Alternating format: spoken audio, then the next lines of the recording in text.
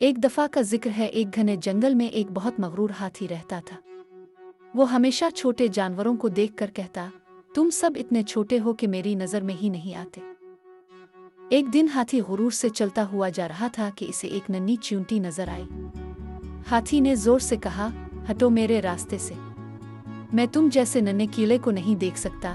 چیونٹی نے سوچا، اسے سبق سکھانا چاہیے۔ جیسے ہی ہاتھی نے سر اٹھایا، چیونٹی تیزی سے اس کی سونڈ میں چلی گئی۔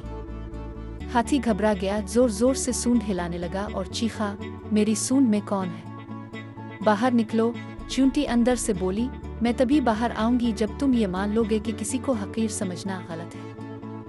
ہاتھی تھک ہار کر بولا، ٹھیک ہے، میں معافی مانگتا ہوں، آئندہ کسی کو چھوٹا نہیں سمجھوں گا۔ چیونٹی باہر آئی اور کہا، بس یہی سبق یاد رکھنا۔ ہاتھی نے سکھ کا سانس لیا اور اب وہ غرور سے خالی تھا۔